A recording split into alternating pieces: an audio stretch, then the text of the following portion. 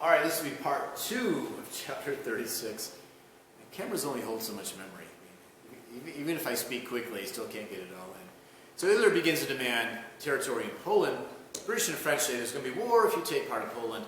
But Hitler kind of had his own piece of paper in his back pocket, signed in a sense, not literally, but in a sense by Joseph Stalin. It's called the Non-Aggression Pact. That the Soviets would take part of Poland from the east, and the Germans would take it from the west. Poland would cease to exist. So this is a promise not to make war on one another, and a secret protocol was to divide Poland.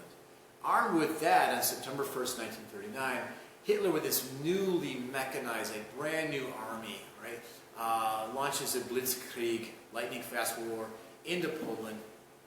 The Poles fight very bravely, but look, it's a brand new country. It's less than 20 years old. They don't have modern equipment. They're being invaded, in fact, by the Soviets from the other side. It falls within 4 weeks. Okay. Poland will be occupied,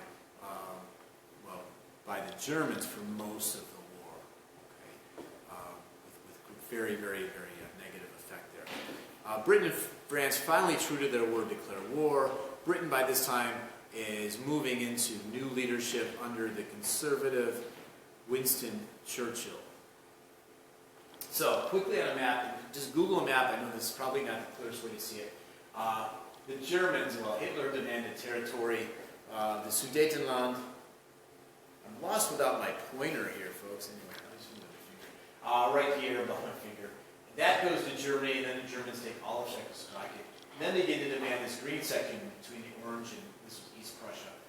Begin to demand this. They launch a blitzkrieg lightning fast war, not just up here, but across the entire Polish border. Luftwaffe, meaning the German Air Force, dive bombers, and then highly mechanized divisions, followed by infantry, pushing in this direction. The Soviets come in from the other direction. And the Soviets also push into Finland, Sweden, declares neutrality, and the Nazis, okay, will then move northward, okay, and take, well, they're orange and green here, folks, for some reason. Take Poland, they'll move up, they'll take Norway, Denmark, okay, move down into the Netherlands, Belgium, France, and France will fall by June of 1940. Okay. By late summer of 1940, the only nation at war with Germany is Britain. On my map here, spelled incorrectly. It's actually A-I-N, not I-A-N. No wonder students can't spell Britain. It's not Britain. So the Germans conquer much of Europe. Spain declared its neutrality, though that's friendly to Hitler. Switzerland neutral, but basically its banks are funding the Nazi war machine. And the British are holding out alone through the summer and fall of 1940 into the spring and summer of 1941. Okay? And the British dig in. They go into the metro, we call it the tube in London, the subways. They take to the fields to get out of the city. They send their children to the United States to try to escape the nightly bombings. Okay? Initially, the Luftwaffe, this is German Air Force, was bombing shipyards like in Plymouth, Britain. They were bombing airfields and factories.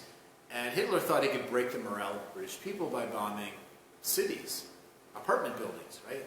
The British just dug in, right? They take to the radio. Winston Churchill would encourage them to fight on to the end. And we'll fight on the seas and oceans. We'll defend our island, whatever the cost may be. We'll never surrender. That type of thing that I wish we could hear today from our political leaders throughout our nation today when we're in this much less scary COVID time. No one's bombing us from the skies, folks, okay?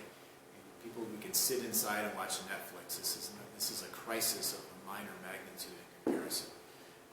But it still requires people to sacrifice. So the war in Britain's not going well. The British have developed radar. They have fast-moving, single-engine fighter planes with Rolls-Royce engines that are starting to knock the more lumbering, slow, big bombing aircraft out of the skies, the German aircraft out of the skies. So Hitler does something that's irrational. I mean, this is not a military genius by any means. He decides he will launch an invasion of the Soviet Union. This is where racism comes into play. It comes into play for every nation involved in the war with detrimental effects. Okay? Hitler saw, as we've noted before, he has this racial hierarchy where, broad-shouldered, blonde-haired, blue-eyed, so-called Teutonic, rural German, and Northern European types are the master race. And then there's different gradations. He saw Russian people as way down the racial ladder, to his great error. Okay? That it'd be easy to invade that land. Their people are blah, blah, blah. I'm not going to say it on YouTube, right? But he saw them as, less than human almost. It'll be easy to invade the Soviet Union. And then we can take the resources from the Soviet Union and basically dump them on Britain. Okay? The British people are more racially superior somehow than the Russians, which is obviously ridiculous. He launches a massive invasion, Operation Barbarossa of the Soviet Union, and the peoples, plural, of the Soviet Union are going to fight for their lives. They're going to fight for their homeland. They're not fighting for communism. They're not even fighting for Stalin. They're fighting for their lives. This is the great patriotic war of the fatherland. Okay?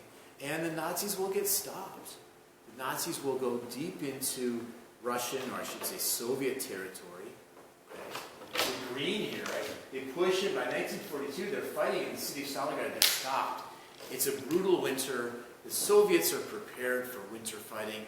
The Germans are wearing basically blue jeans, a black denim. It's so cold they're stuffing paper into their pants to try to stay warm.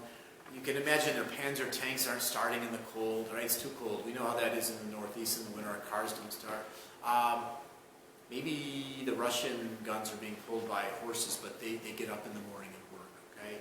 This is a really home territory advantage for the Soviet fighters who begin to pick off the Germans, who lose their entire Sixth Army, 300,000 men killed or captured at Stalingrad. And the battle's going to turn, right? The Soviets then will push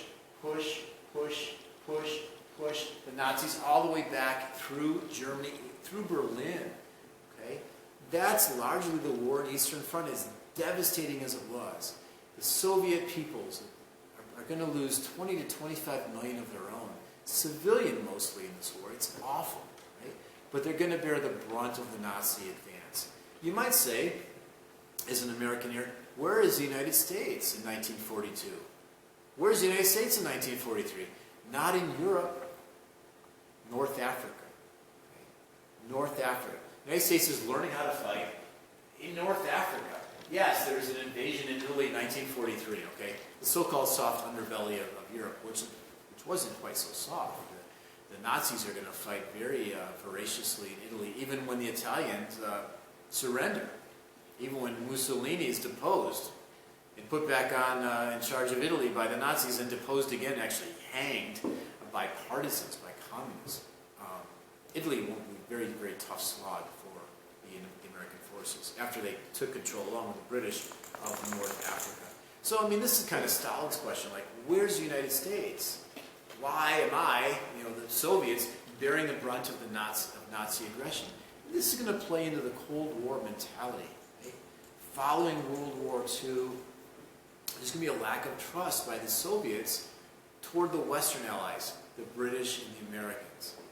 And perhaps for good reason. I mean, if you can be a bit empathetic there. Stalin was an awful person. But if you can be kind of empathetic with Soviet thinking post-World War II. They took the brunt of Nazi invasion. I think we're going to pause here because we're going to look to Japan, the so-called Pacific Theater of War, next with the United States official entry into the war, December 8th, day after Pearl Harbor, 1941. So that's a good place to pause. In addition to this lecture, I'm going to post a very good series produced years ago by PBS, People Century, on World War II. So in it you will see real footage, real primary source video, film footage, from World War II, interviews with survivors, so a good use of oral history, and a focus not on the Roosevelt or Hitler or Mussolini, Winston Churchill, these leaders, but a focus on the people, okay? The people who will do the brunt of suffering in the war. A war that will take between 50 and 60 million lives. 50 and 60 million lives. Okay? So, unfortunately, unfortunately, we will pick up with that next time. I hope in the meantime, you guys are doing well. Hang in there. All right, we'll see you next time.